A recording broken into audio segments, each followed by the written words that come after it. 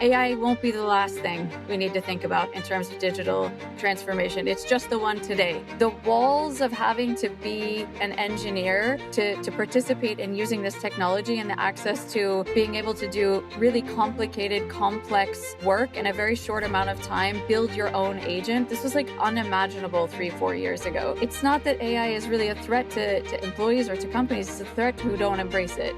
But I think the embracing it part is this first stumbling block we're in. What does it feel like when onboarding, payroll, compliance, and even IT access all run through one platform? It feels like everything finally works together and HR finally has room to scale. Deal brings global people operations into one place. So new hires start strong, workflows stay compliant, and teams move faster. See it in action at DEEL.com/NickDayHR.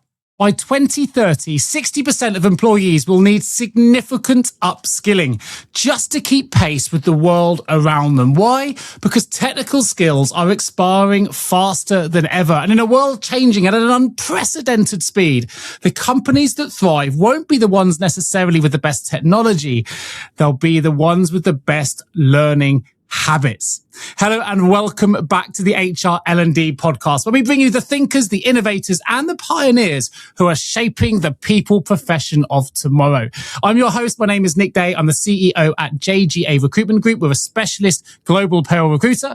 And if you're watching this on YouTube, please remember to leave us a comment below. If you're listening on your favorite podcast platform, please follow or hit subscribe. And if you can, leave us a 5-star review. Now, it generally helps all of these things us to reach a bigger audience. But the biggest thing you can do for us is share this episode with your colleagues and friends. Let's really raise the profile of HR management, of people management worldwide. And today's guest is someone who has been redefining exactly what it means to learn at work. Annabelle Vultee. She's the CEO of GoodHabitz, a global human skills learning platform that is supporting over 3,000 organizations and more, wait for it, than 3 million learners across 22 countries. This is a global show with a global guest today who is known for her direct leadership style, a global mindset, and a mission to democratize human skills development. She's passionate about building cultures and helping organizations make learning a habit rather than an event. So this is right in tune with our listeners. You're going to enjoy this episode. I guarantee it. So welcome without further ado to Annabelle Vultee, CEO of GoodHabitz. How are you feeling? Great. Super happy to be here. Thanks for having me, Nick. Super happy to have you here too. Yeah, it's going to be a fun conversation about something that's absolutely relevant to our listeners at the moment. I'm really excited to dive in. But before we do, my first question, what do the words human resources mean to you? Oh, that's a good question. It's an evolving space, as we all know. If you read one article today, it's going to say something tomorrow that's a little bit different. But for me, I think it's sort of the culmination of two things. It is human capital planning and people management. So it is those two things together. There's a humanities piece to it, and there's a piece where, if you ask me, the two pieces that make a company successful when combined, it's financial capital planning and human capital planning. And for me, I think that's making HR more and more strategic, thinking about as a group of people, both as individuals as well as capital for the company to deploy, upskill, and use to drive the company forward. Fantastic. What a great place to start. And actually, every single one of our listeners, I think, has a real ambition to want to be more strategic, to want to evolve HR, to be seen as being more strategic as well. And that's not just domestically, but that's globally. And I mentioned in my introduction, you're obviously working with 3 million learners across 22 different countries.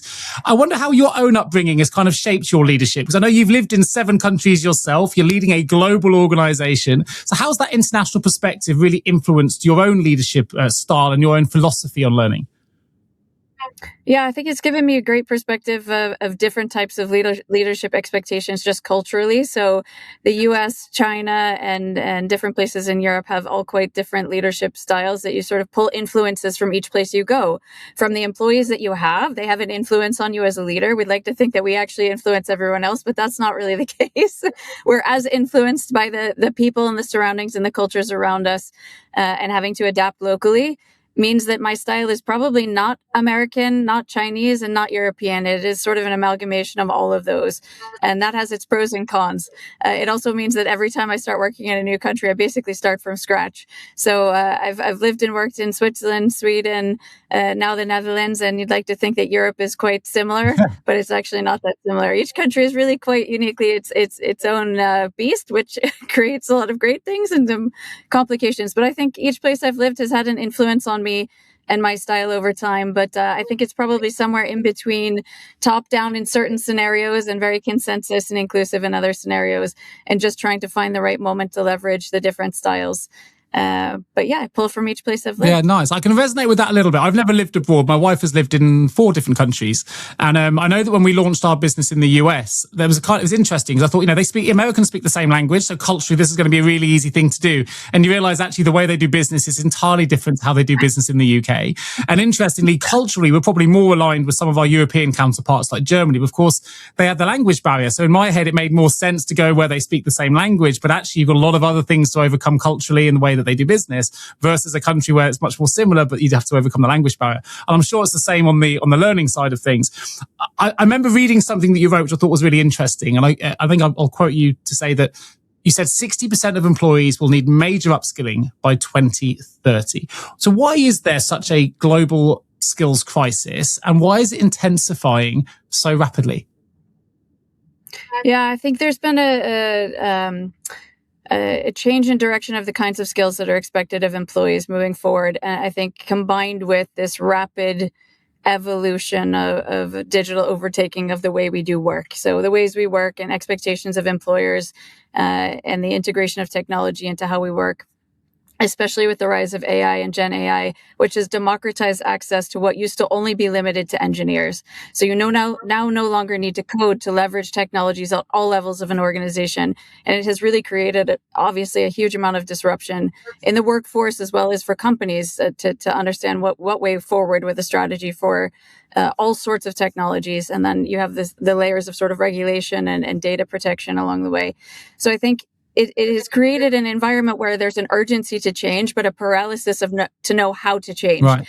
And different places in the world are moving at different speeds. And I think that's put a lot of pressure, especially on people in Europe. So you were talking about being sort of more similar to American, more similar to German.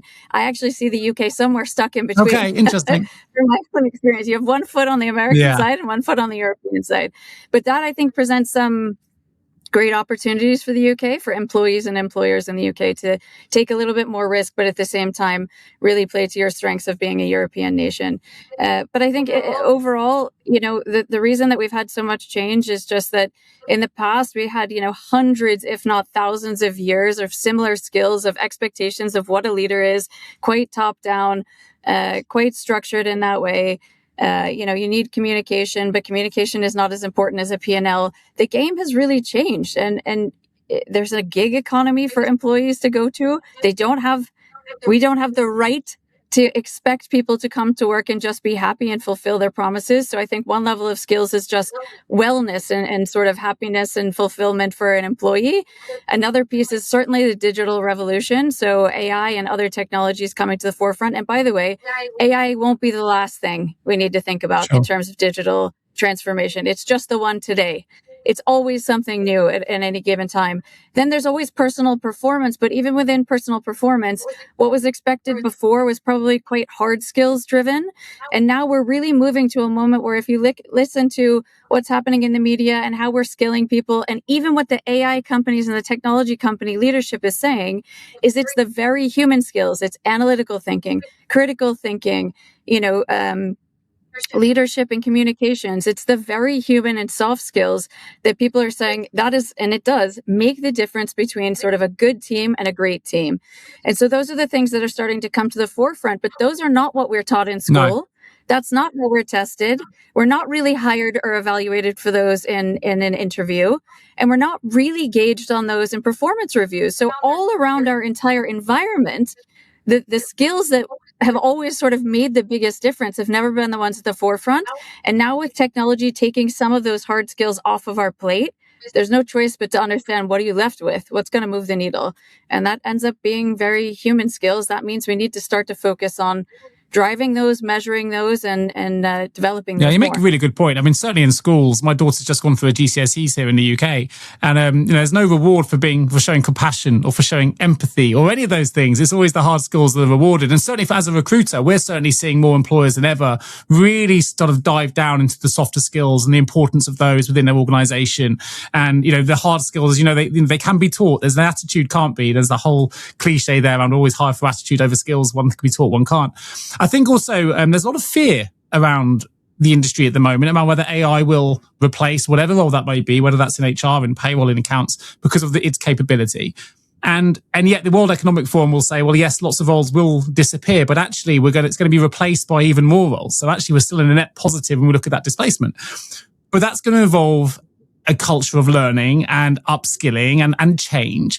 And I'll always say to people, maybe this may be controversial or not, that AI won't replace those that don't embrace change, but it might replace those that don't, right? And that can be a little bit hard for people to hear. But I know that you've said that learning won't stick unless it really becomes a habit.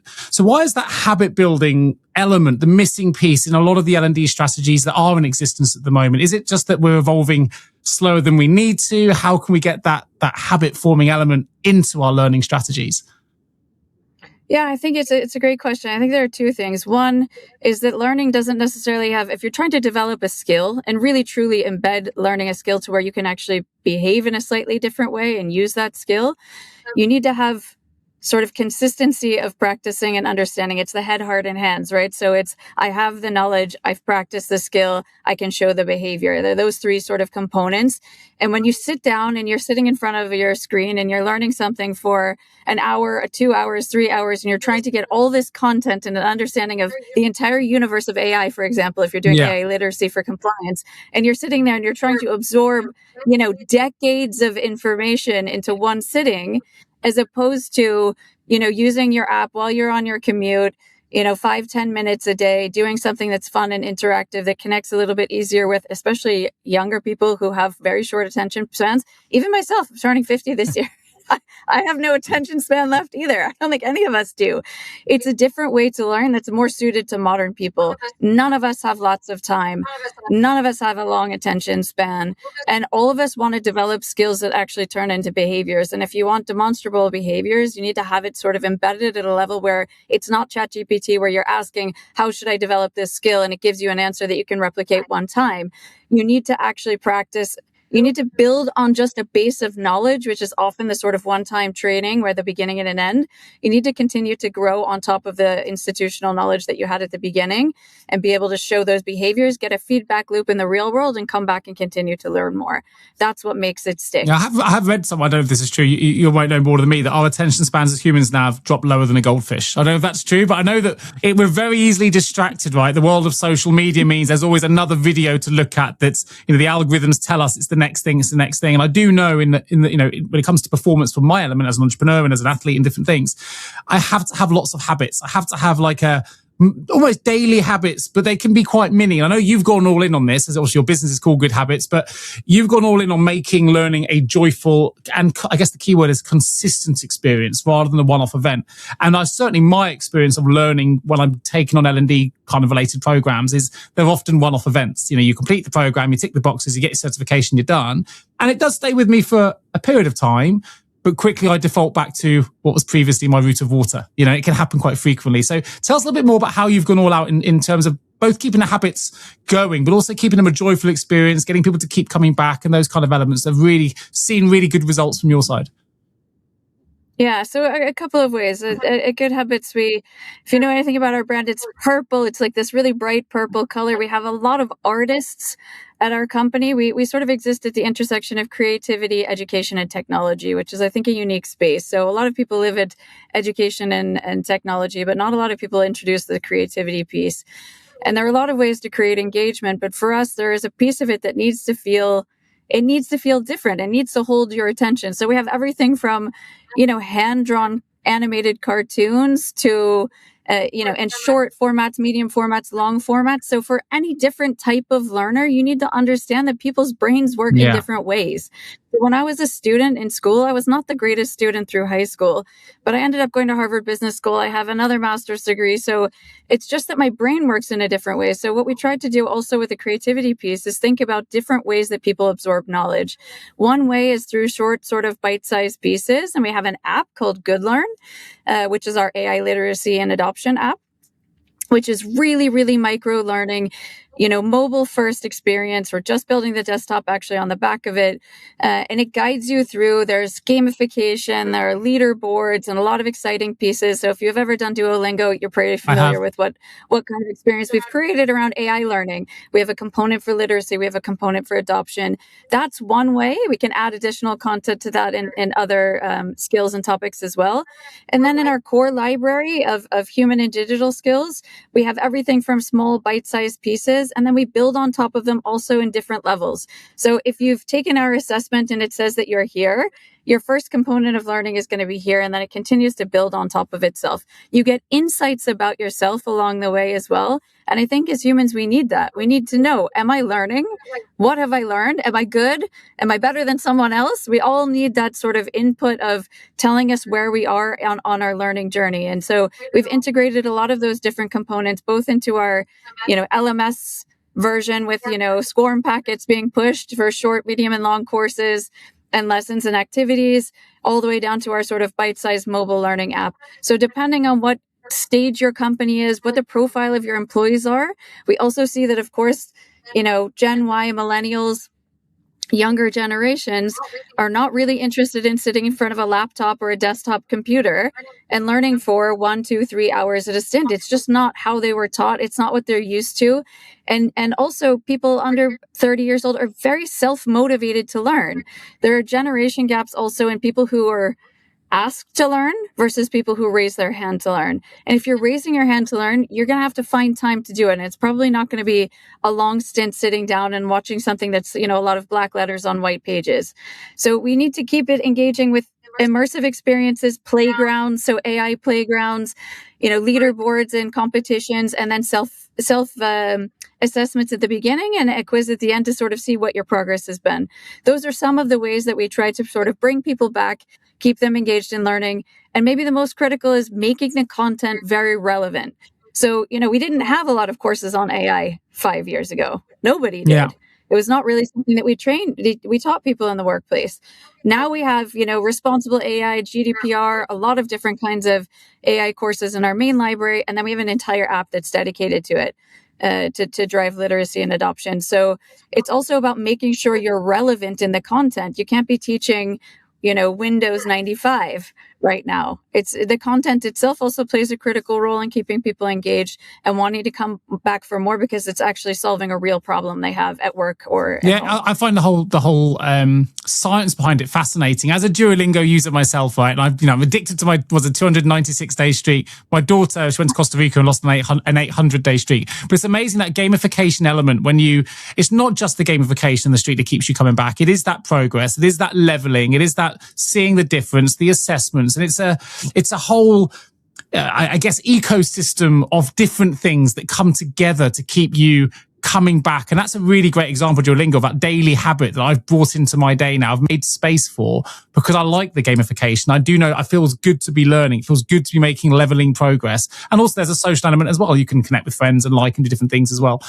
So all of those things sound very scientific and scientifically backed and relevant. And I can totally understand why you've got so many users following it. But I know that, to take it back to the skill side of things, I remember you saying that future-ready employees, who brings on the HR side, they kind of need to be like Swiss Army knives, right? We need to have lots of different skills. We need a skills-based workforce. But what does that really look like in practice? How do we move from where we are now currently into that kind of Swiss Army knife style of skills-based employees to be the best that we possibly can? What's the next stage I take after listening to this episode? Yeah, I think it's to try to gauge within your across the HR department, across your company, what skills do you have? Do you have a density of people who are really on the hard skills side? We're a very analytical, data-driven organization. We're really missing having any level of strength in communication, critical thinking, analytical thinking. So I think it's just getting a gauge of where your skills are is really important as a starting point. You don't really know where you're going if you don't know where you're Yeah. starting. And you need a destination as well. So if you believe that, like I do, having an agile organization, an agile workforce, and also employees who feel like a Swiss Army knife so that they can move around in their career as well and be successful, then you need to understand what is the base that you're starting with. What skills do people have today? Do you have any Swiss Army knives? Is that the right fit for your organization? Maybe you don't need a Swiss Army knife organization. But the companies that are building across their employees a balanced set of skills, I think create an environment which is much more resilient to change. And the reality is we're never going to see a day again when change slows down. So if you don't build an organization that is ready to use skills that are universal, these human skills like critical thinking, adaptability, agility, communication, leadership, then you're gonna struggle at all times. So it doesn't matter how good you are at a hard skill, that will always end up being a commodity at some point in time. So gauging what skills you have, both at the individual level as well as the organization level, and if you can, also at the team level. Start to look at the profiles of the teams and the people you have in your organization. And do you have too much density or too much lack of a skill in a general area? Whether it's hard skills, soft skills, digital skills, just do an inventory. There are a lot of tools out there for it. We have assessments. There are companies in the US that make entire careers out of purely just understanding what skills your companies have. So it's different in different markets, but just getting an understanding of what skills you have, what skills you don't have, and what that looks like in the landscape of your business. And also at the individual level during performance reviews, it can be really helpful to say, what is in the definition of your company, what is a well-rounded employee? That's the layman terms version of a Swiss Army knife. What is a well-rounded employee that is likely to be able to manage their life, their well-being, their job through change? Because that is truly the only constant today. And that's what we're trying to prepare people for when we say Swiss Army knife. I understand that. It's like in a coaching engagement, or intervention, it starts with awareness. And not just awareness of self, but awareness of your organization. Like, where are you as an organization? What does that, as you say, that perfect or rounded persona look like for your company? It'll be different to somebody else's. I know in your work you identified 5 timeless human skills. I think you mentioned a couple of them there. You identified, I think, adaptability, growth mindset, curiosity, problem solving, and critical thinking or creativity as being really timeless skills. So why those 5? And which do organizations typically underdevelop? Do we tend to focus on one over another? I would say the 2 that people underdevelop are curiosity and growth mindset, which are somewhat similar but slightly different as well. And these are the ones that would create an incentive and a recognition for people who are constantly developing themselves or providing an environment where you're developing them and encouraging people to develop. Whatever happens in the world, if you enter your day, your work day, whatever position you're in a company, if you enter the day and you say, I'm in a growth mindset, I'm willing to learn, I don't know everything, I can be better. People ask me, why are you still learning? I'm never done learning. I'm a CEO of a company. I'm sure you're the same, Nick. 100%. We're never done learning. Never. The most successful people I know, the most successful people we read about, the most successful athletes never stop developing. They never stop developing. That's how you remain current. That's how you remain relevant. That's how you actually know what's going on in the world. It's again, the head, heart, and hands. So you also need a certain level of knowledge. If you don't have a growth mindset, the knowledge I had 25 years ago would not let me do the job I'm doing today. I just didn't have enough. Yeah. I didn't have enough knowledge to do what I'm doing. So I have to have a growth mindset. When it comes to curiosity, I think with curiosity, you have to give people freedom. So I have young kids. We were talking about that before. My kids are 8 and 10, and they're inherently curious. Kids are inherently curious. We know that. And they feel very low barriers to risk. They're not afraid to put themselves out there and try new things. And I think this is something we've just crushed in humanity for the last 25 years, is curiosity. Because curiosity often leads to tests and failure. And we don't like that. We don't like things that are wrong. We're very binary, I think, often in the workplace, which is a very dangerous place. And it also squashes innovation. So if you don't have curious people, you're definitely hindering your way to innovation. Innovation is really the way people companies continue to grow and individuals continue to grow. So I think those are the two that I would really like to see fostered more, and that we're trying to foster also at Good Habits ourselves, and give more space for curiosity to lead to failures and successes alike, and to create an environment that rewards a growth mindset, so that individuals who are motivated have a reason to be rewarded and recognized, and also that everyone else who might not have come with a growth mindset feels like there's a place and a motivation to start. Yeah, I find it fascinating. Listeners or regular listeners to this show will know I've mentioned it many times before that I think curiosity is one of the most underutilized skills in business, particularly for leaders. It reminds me actually of a guest I had on the show called Trayton, who once said to me, Nick, and he's a coach, he said, you don't need to be ill to get better. And that's always stayed with me, right? Sometimes we think something has to go wrong, or now I'll do the leadership course because I've just lost half my team. Like, we can be more productive than that. We can be more proactive than that. We don't need to be ill in order to get better. Where am I lacking in my own skills? If it's growth mindset, fine. And what can I do to help with that? What are the micro habits I can start forming to improve my ability to be more adaptable, or whatever it might be? I think that's, again, goes back to that awareness. We need to recognize where we may be deficient potentially, and where we can go to try and help fulfill ourselves and get better and learn, and always learn from others. I think I couldn't agree more on the two elements that you picked. HR leaders, I know you're driving culture, transformation, engagement, and now digital reinvention as well. But none of that works without the right people in the right seats. I'm Nick Day, host of this podcast, but also founder of JGA Recruitment Group. And here's what I hear every week from top HR leaders. They say, Nick, we can't find the talent. It's our biggest challenge. And when we do, we can't retain them. Well, that's where we come in. At JGA, we specialize in HR recruitment, and only HR recruitment. From executive search assignments placing CHROs, to contingency hires finding HR pros, to global HR transformational contract placements, and every people role in between. Across every vertical and at every single level, we know where the top people are, what motivates them, and most importantly, how to get them excited about your opportunity, even if they're not actively looking. With engagement rates over 90%, we don't rely on job boards. We rely on relationships. We place fast, we place right, and we do it in a way that reflects your brand, your values, and your goals. So if you're building a strategic HR function, please don't leave it to chance. Visit jjrecruitment.com or reach out to me directly, and let's build the future of work together. I know you also mentioned that leadership's role is I can never say the word, democratizing learning. You said, we'll put it a different way. We can't expect individuals to solve the global skills gap alone. Maybe that's a better way of me putting it. So what responsibility do you think organizations have, or even governments maybe, in making learning accessible for everybody? Yeah, I think just on the back of the question about curiosity and growth mindset, we're not really taught to have that in school. In the sort of academic world, when you're in primary school, secondary school, even university and tertiary education, you're taught to listen, and someone else is going to impart knowledge on you. We're not really taught to continue to learn. So growth mindset is something that needs to be created. I think we need to create environments and provide resources for people to continue to learn. It is not something most people are self-motivated to do every day of the week. That's just the reality. We'd like to think that everyone is so self-motivated to continue to develop all of their human and hard skills and digital skills, but that's not everyone's reality. Some people have, kids and they're juggling, they're a single parent and they're juggling other things. They have other things that they like to do outside of work.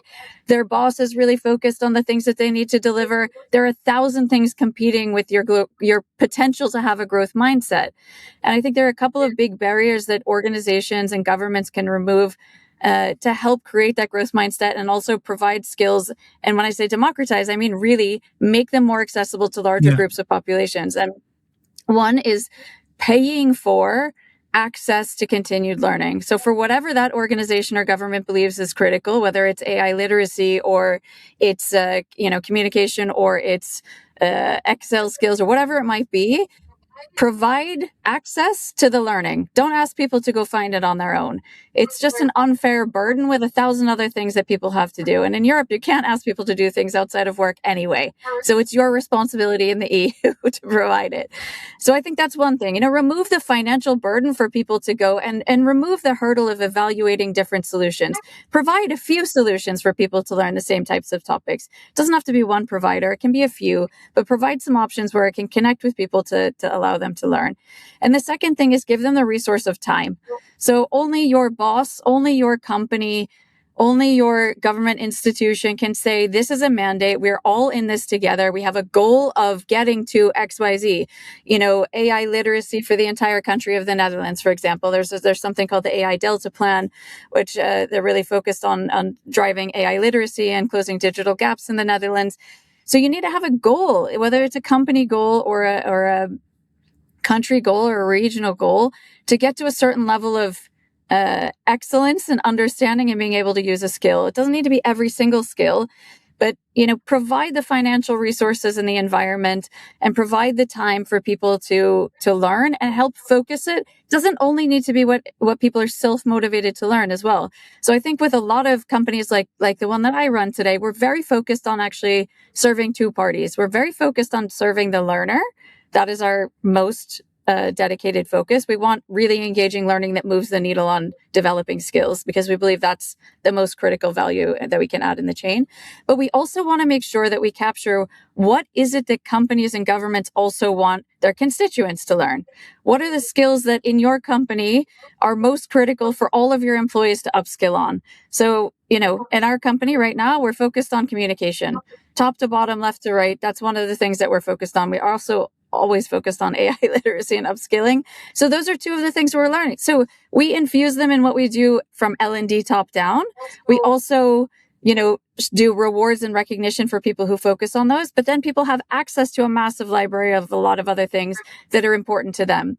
And the reason I think this democratizes is learning is if you provide a growth mindset environment, you provide financial access, or you provide access to some of these continued learning solutions, and you provide the time, what's going to happen is people who were not in the loop, it's blue collar workers, it's people who are really early in their careers, they get the least amount of L&D budget. We all know that. They get the dregs of what's left. The masses at the bottom of the pyramid are the last to get real upskilling. What happens is people like you and me, Nick, there are budgets for people like us, from our investors and, the senior leadership. There's a lot of money to go around. Even when we talk to clients, that's where all the money is. But if you can make access to learning more affordable, and you put it in everyone's hands, and you say, everyone should have this, and you have the same rights to develop these skills, what happens is you start to close the global skills gap crisis, because you have more people with the same kind of knowledge that makes the world go around, which are digital skills and human skills. Right now, most of that skill development of those two things are going to high-end white-collar workers. Yeah. And I think this is a way to democratize access to everyone. Yeah, you articulated that wonderfully, I think. I'm not a big believer in luck. I always say you need to be prepared for opportunity, right? And if you're not prepared for it, you can't win a lottery. Lottery if you don't buy a ticket, that's being prepared. I think from an organizational perspective, if you haven't got the opportunity for people to learn, if you don't give them that opportunity, then you can't then look sideways and go, well, this hasn't happened. You've got to create that opportunity for that luck to be built, if you like, or put it a slightly different way. And I think it's really interesting because from a recruitment lens that I obviously look at the market through, more people leave organizations. There's more attrition down to lack of investment or not feeling invested in, or lack of learning, than pretty much anything else. It trumps salary, it trumps leadership. It nearly always comes down to, I don't feel invested in. And that could obviously come from the leader themselves as well. And they can be linked. Or, they don't feel there's an opportunity to learn. They've hit that kind of glass ceiling. And then when they move, they might try and get a salary increase at the same time, but it's not the initial reason they look to leave. So this is a great opportunity for organizations to go, we're going to give you more opportunities. You can choose your pathway potentially, and we're going to limit it to these things or whatever's relevant to our organization. But we're going to give you opportunity. We're going to invest in you at all levels. I think people like to be invested, like to feel like they're part of a journey. They're part of the bigger picture. And I think a lot of organizations don't necessarily see it that way around. They see it as an expensive investment. We've got to go this way. And you realize, but we keep losing staff. And it's, how can we possibly afford learning if we keep losing staff? You don't realize if you solve the first thing, you'll solve the second problem. I think people think it's a nice to have, but I think it's exactly to your point. We're proving that it's not a nice to have, it's a need to have. It's a need to have, absolutely period. Right. You mentioned a little bit at the end about access to learning. I know you've spoken a lot about sort of overlooked development areas like women's workplace challenges and adaptability, particularly in sort of the tech-driven age and within the tech sector specifically as well, but also sort of the adaptability shift during technological shifts. So why do you think we need to really start proactively addressing those challenges as well? Because I think as organizations have a responsibility actually to try and do something more proactively to address this. But I know you've got some strong views as well. If you're referring to diversity in the workplace and diversity and inclusion, yeah, I do have some strong opinions. I think also a lot of that comes from one of your earlier questions around, what influence has it had on me living in different places in the world? And I've seen gender dynamics and diversity dynamics in a lot of places in the world and in 3 different continents. And it looks very differently in all 3. And quite frankly, it looks even differently within those countries over the last 10 years. So I think it's a bit disorienting to try to follow other people's policy. I think it's really important for every company and country leader to have a stand on what view they have on diversity and inclusion. But for me, the best teams, the best decisions come from a place of diverse thinking. You're probably going to represent your customers, your stakeholders, and your employees well if you start with diversity and inclusion at the very, very top. It's always been important to me. I don't go out of my way to try to have some sort of gender target. It tends to happen somewhat naturally because I make sure we have enough candidates of all types. So when I was looking for a chief product officer, which is a very technical job, it also runs our engineering department. That's the only role I've probably ever hired for where I said, I want to start with female candidates because the only things I've seen are male candidates. And I just want some women in the pool. So, what perspective are we potentially missing when most of our customers, most of our buyers, L&D, heads of L&D and heads of HR departments, it leans female. And I have only male resumes to look at. It's just not representing, it's also not representing my own employees, which is also more female than male. And I heard from my employees when I first started, which was also an all male team when I came to GoodHabitz, I don't see anyone that looks like me. I don't feel like I'm going to get into leadership. And we had a lot of women leaving. That happens a lot of times when I first start a job. And over time, I tend to find some phenomenal women who are overlooked or who were a bit quiet, people weren't paying attention to.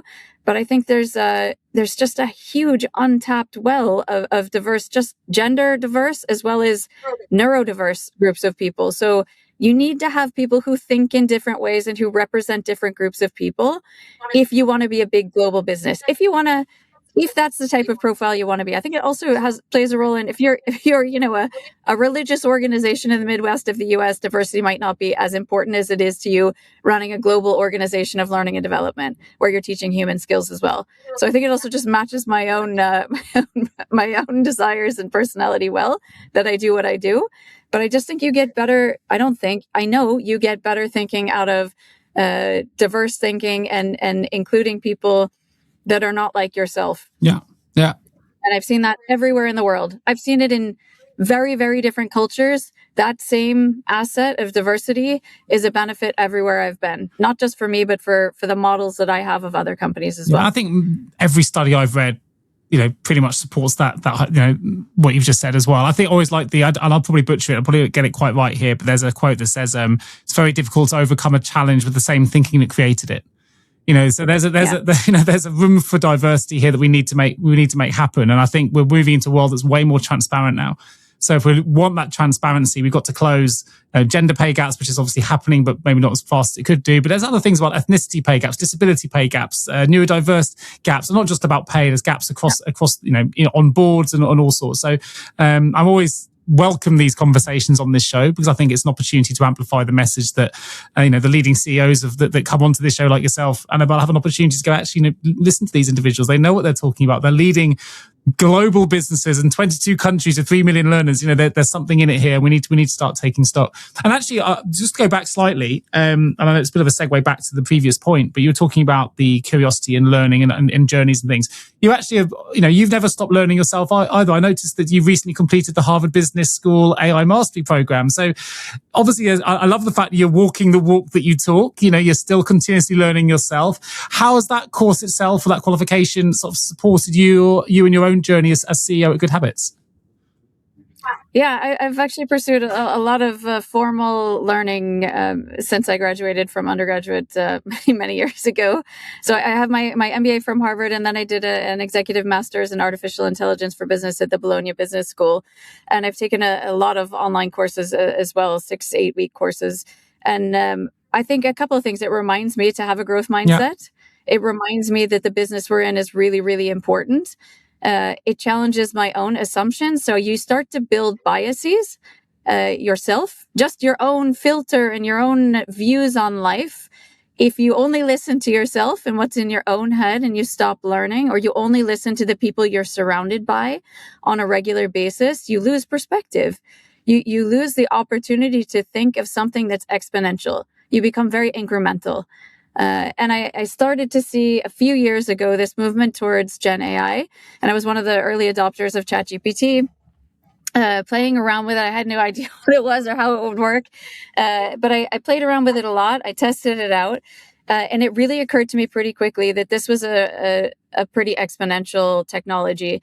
And the reason that I think it's so different than anything else in the last 20 years, since basically the internet, 25 years, is really that it's accessible to people who don't code. So I'm not an engineer. I've taken, actually, you don't see this anywhere, but I've actually taken a Python coding course. I have as well, actually. Funny enough, it's similar to yourself. Sorry to interject. I did a Python for beginners when I thought at the beginning of this AI thing, when GPT was launched, that that's the route I would need to take. I very quickly realized I didn't need to do that course, but it was good to do it to realize that's the wrong direction. So I did the same thing. I had the same conclusion as you, Nick. Exactly the same conclusion.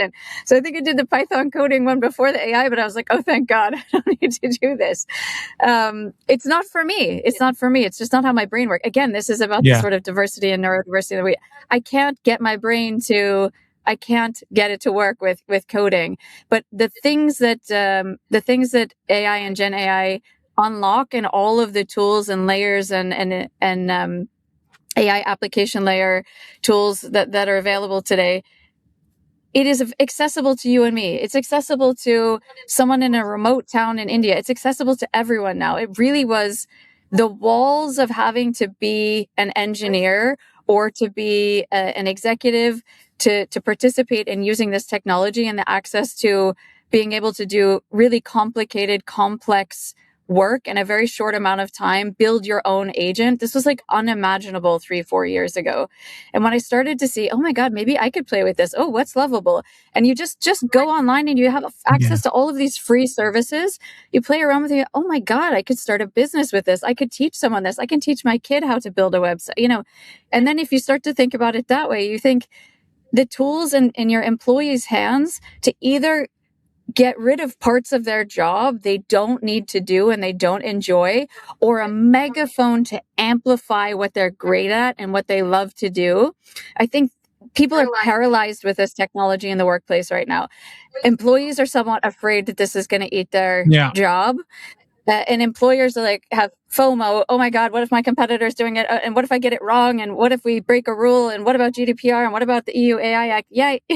Yes, it's overwhelming, but you can't start on the foot of risk. You need to start on the foot of opportunity. What can this do for my employees? How can it make their jobs and lives more fulfilling? How can it give them more time so they don't need to work till 6 o'clock at night?